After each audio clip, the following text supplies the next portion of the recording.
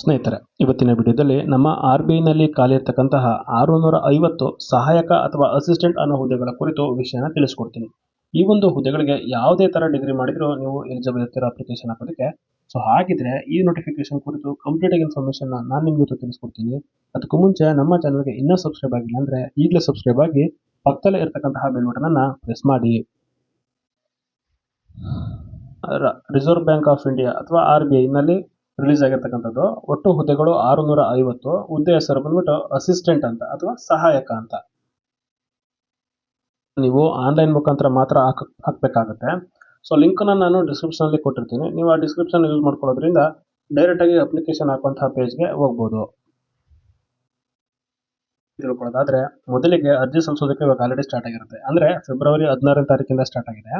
ಕೊನೆ ದಿನಾಂಕ ಬಂದು ಮಾರ್ಚ್ 8ನೇ ತಾರೀಕು ಆಗಿರುತ್ತೆ. ಅಷ್ಟರೊಳಗಡೆ ಇಂಟ್ರೆಸ್ಟ್ ಇರುವಂತವರು ಅರ್ಜಿನ ಸಲ್ಲಿಸಿ. ಸೊ ಹಾಗೇನೆ ಇವರು ಪ್ರಿಲಿಮ್ಸ್ ಮೇನ್ಸ್ ಅಂತ 2 ಎಕ್ಸಾಮಿನೇಷನ್ ಮಾಡ್ತಾರೆ. ಅದರಲ್ಲಿ ಪ್ರಿಲಿಮ್ಸ್ ನ ಏಪ್ರಿಲ್ 11ನೇ ತಾರೀಕಿಗೆ ಮಾಡ್ತೀವಿ ಅಂತ ಹೇಳಿದ್ದಾರೆ. ಸೊ ಇದು ಟೆಂಟೇಟಿವ್, ಅಂದ್ರೆ ಇದೇ ಕನ್ಫರ್ಮ್ ಅಲ್ಲ. ಸೊ ಅಪ್ಕಮಿಂಗ್ ಡೇಸ್ ಅಲ್ಲಿ ನಿಮಗೆ ಇವರು ಕನ್ಫರ್ಮ್ ಮಾಡ್ತಾರೆ ಮೇಲ್ ಮುಖಾಂತರ. ಇನ್ನು ಮೇನ್ಸ್ ಎಕ್ಸಾಮಿನೇಷನ್ ಜೂನ್ 7ನೇ ತಾರೀಕಲ್ಲಿ ಮಾಡ್ತೀವಿ ಅಂತ ಇಲ್ಲಿ ತಿಳಿಸಿದ್ದಾರೆ.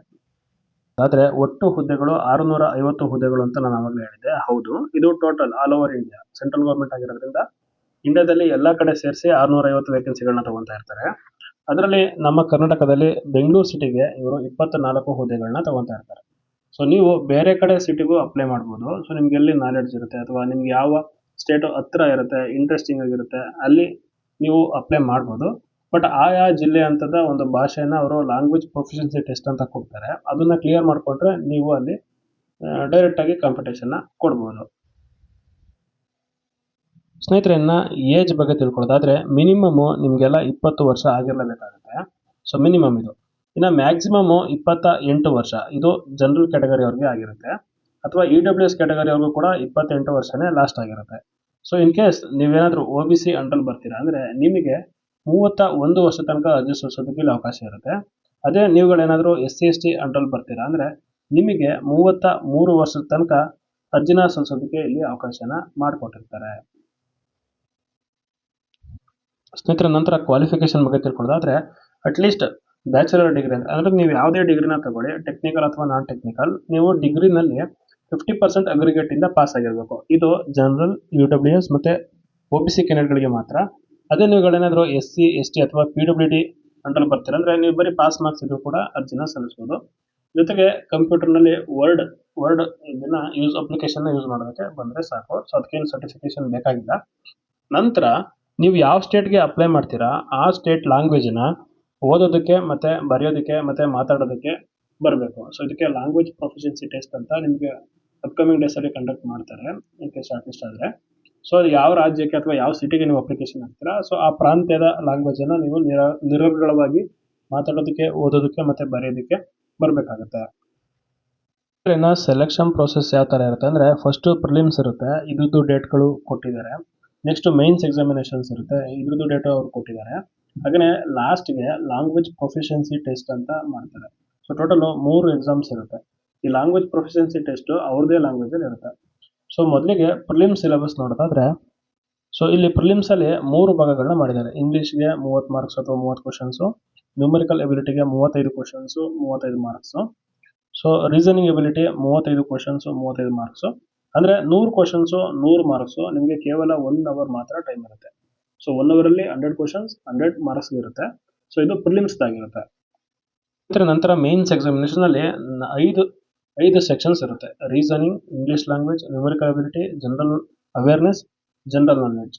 ಸೊ ಎಲ್ಲ ಸೇರಿ 200 ಅಂಕಗಳಿಗೆ 200 ಕ್ವಶನ್ಸ್ ಇರುತ್ತೆ. ಸೊ ಟೈಮ್ ಮಾತ್ರ 135 ನಿಮಿಷ ಮಾತ್ರ ನಿಮ್ಮ ಹತ್ರ ಟೈಮ್ ಇರುತ್ತೆ. ಸೊ 135 ಮಿನಿಟ್ಸ್ ಅಲ್ಲಿ ನೀವು 200 ಕ್ವಶನ್ಸ್ ನ ಇಲ್ಲಿ ಸಾಲ್ವ್ ಮಾಡುವಂತಹ ಕೇಪಬಿಲಿಟಿ ನಿಮಗೆ ಬರಬೇಕು ಅಂದ್ರೆ ಇವಾಗಿಂದಾನೇ ಪ್ರಾಕ್ಟೀಸ್ ಮಾಡೋದಕ್ಕೆ ಶುರು ಮಾಡಬೇಕು.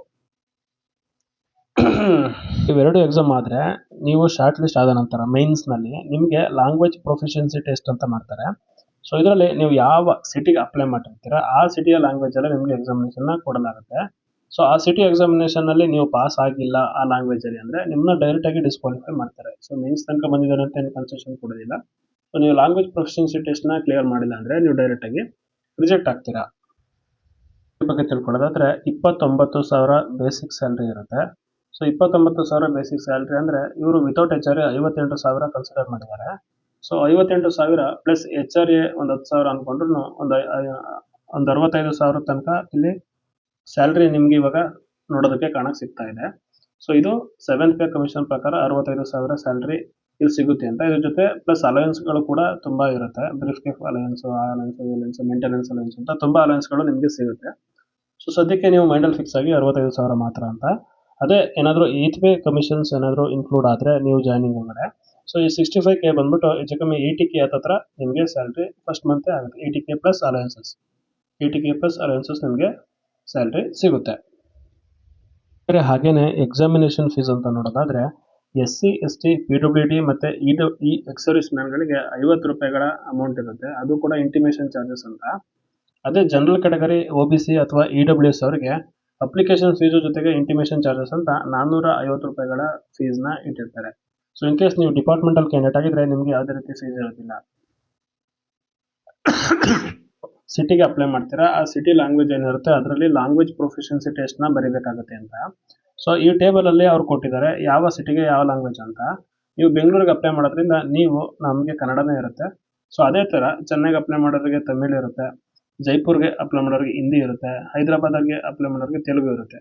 ಸೊ ನೀವು ಯಾವ ಸಿಟಿಗೆ ಅಪ್ಲೈ ಮಾಡ್ತೀರಾ ಆ ಸಿಟಿ ಲ್ಯಾಂಗ್ವೇಜ್ ನಿಮಗೆ ಬರುತ್ತೆ ಅನ್ನೋದಾದರೆ ಮಾತ್ರ ಅಪ್ಲೈನ ಮಾಡಿ. ಇಲ್ಲ ಸುಮ್ಮನೆ ಕೊನೆಗೋಗಿ ಲಾಸ್ಟ್ ಮೂಮೆಂಟಲ್ಲಿ ಫೇಲ್ ಆದರೆ ಅದು ಸರಿ ಕಾಣಿಸಲ್ಲ. ನೀವು ಸಿಟಿ ಮೇಲೂ ಕೂಡ ನಿಮಗೆ ಯಾವ ಲ್ಯಾಂಗ್ವೇಜಲ್ಲಿ ಬೇಕು ಕ್ವಶನ್ಸ್ ಅಂತ ನೋಡ್ಕೋಬೋದು. ಸೊ ಇಂಗ್ಲೀಷ್ ಮ್ಯಾಂಡೇಟರಿ ಆಗಿರುತ್ತೆ. ಯಾವುದೇ ಸ್ಟೇಟ್ಗೆ ಅಪ್ಲೈ ಮಾಡಿದ್ರು ಇಂಗ್ಲೀಷ್ ಇದ್ದೇ ಇರುತ್ತೆ. ಅದೇ ನಾವು ಬೆಂಗಳೂರು ಆಗಿರೋದ್ರಿಂದ ನಮಗೆ ಇಂಗ್ಲೀಷ್, ಹಿಂದಿ, ಕನ್ನಡ ಮತ್ತು ಕೊಂಕಣಿ ಈ 4 ಲ್ಯಾಂಗ್ವೇಜಲ್ಲಿ ಎಕ್ಸಾಮಿನೇಷನ್ಸ್ ಇರುತ್ತೆ. ಸಾಮಾನ್ಯವಾಗಿ ಜನರಲ್ ಆಗಿ ನೋಡೋದಾದ್ರೆ ಇಂಗ್ಲೀಷ್ ಆ್ಯಂಡ್ ಹಿಂದಿ ಎಲ್ಲ ಕಡೆನೂ ಇರುತ್ತೆ. ಸೊ ಅಪ್ ಟು 80% ಸಿಟೀಸ್ನಲ್ಲಿ ಇಂಗ್ಲೀಷ್ ಮತ್ತು ಹಿಂದಿಲಿ ಎಕ್ಸಾಮ್ ಇದ್ದೇ ಇರುತ್ತೆ. ಸೆಂಟರ್ಸ್ ಅಂತ ನೋಡೋದಾದ್ರೆ ನಮ್ಮ ಬೆಂಗಳೂರಿಗೆ ಯಾರೆಲ್ಲ ಅಪ್ಲೈ ಮಾಡ್ತೀರಾ ನಿಮಗೆ ಪ್ರಿಲಿಮ್ಸ್ ಮತ್ತು ಮೈನ್ಸ್ ಅಂತ. ಸೊ ಪ್ರಿಲಿಮ್ಸ್ಗೆ ಬೆಳಗಾವಿ, ಬೆಂಗಳೂರು, ಕಲಬುರಗಿ, ಹುಬ್ಬಳ್ಳಿ, ಮಂಗಳೂರು ಮತ್ತು ಮೈಸೂರು, ಶಿವಮೊಗ್ಗ, ಉಡುಪಿ ಇಷ್ಟು ಕಡೆ ಪ್ರಿಲಿಮ್ಸ್ಗೆ ಎಕ್ಸಾಮಿನೇಷನ್ ಸೆಂಟರ್ಸ್ನ ಕೊಟ್ಟಿದ್ದಾರೆ. ಮೈನ್ಸ್ ಆದರೆ ಬೆಂಗಳೂರು, ಹುಬ್ಬಳ್ಳಿ, ಮೈಸೂರು, ಶಿವಮೊಗ್ಗ, ಉಡುಪಿ. ಸೊ ಇಷ್ಟು ಕಡೆ ಮೈನ್ಸ್ ಎಕ್ಸಾಮಿನೇಷನ್ಗೆ ಸೆಂಟರ್ಸ್ನ ಕೊಟ್ಟಿದ್ದಾರೆ. ನೀವು ಏನಾದರೂ ಎಕ್ಸಾಮ್ಗೋಸ್ಕರ ಟ್ರೈನಿಂಗ್ನ ತೊಗೊಬೇಕು ಅಂದರೆ ಪ್ರೀ ಎಕ್ಸಾಮಿನೇಷನ್ ಟ್ರೈನಿಂಗ್ ಅಂತ ಇಲ್ಲಿ ಮೇಲ್ ಐಡಿಗಳನ್ನ ಕೊಟ್ಟಿದ್ದಾರೆ. ಈ ನೋಟಿಫಿಕೇಶನ್ ನಾನು ಡಿಸ್ಕ್ರಿಪ್ಷನ್ ಕೊಟ್ಟಿರ್ತೀನಿ, ಡೌನ್ಲೋಡ್ ಮಾಡಿಕೊಂಡು ಇದನ್ನೆಲ್ಲ ಚೆಕ್ ಮಾಡ್ಕೊಳ್ಳಿ. ಸೊ ಇಲ್ಲಿಗೆ ನಿಮ್ದು ಏನಿದೆ ಕನ್ಸರ್ನು ಅವ್ರಿಗೆ ಮೇಲ್ ಮಾಡಿ ನಿಮ್ಗೆ ಯಾವ ಥರ ಟ್ರೈನಿಂಗ್ ಕೊಡೋದು ಅಥವಾ ಟ್ರೈನಿಂಗ್ ತೊಗೊಳ್ಳೋದು ವಿಧಾನ ಅನ್ನೋದನ್ನು ತಿಳಿಸ್ಕೊಡ್ತಾರೆ. ಸ್ನೇಹಿತರೆ, ಈ ಒಂದು ವಿಡಿಯೋದಲ್ಲಿ ಇಷ್ಟೇ ಆಗಿತ್ತು ಮಾಹಿತಿ ನಮ್ಮ ರಿಸರ್ವ್ ಬ್ಯಾಂಕ್ ಆಫ್ ಇಂಡಿಯಾ ಅಥವಾ ಭಾರತೀಯ ರಿಸರ್ವ್ ಬ್ಯಾಂಕ್ ಬಗ್ಗೆ. ಸೊ ಏನಾದರೂ ಸಣ್ಣ ಪುಟ್ಟ ಕಾಮೆಂಟ್ ಇದ್ದರೆ ಕಾಮೆಂಟ್ ಮೂಲಕ ತಿಳಿಸಿ, ನಾವು ರಿಪ್ಲೈ ಮಾಡ್ತೀವಿ ಅಂತ ಹೇಳ್ತಾ ಸಿಗೋಣ ಮುಂದಿನ ವಿಡಿಯೋದಲ್ಲಿ. ಅಲ್ಲಿ ತನಕ good luck, all the best.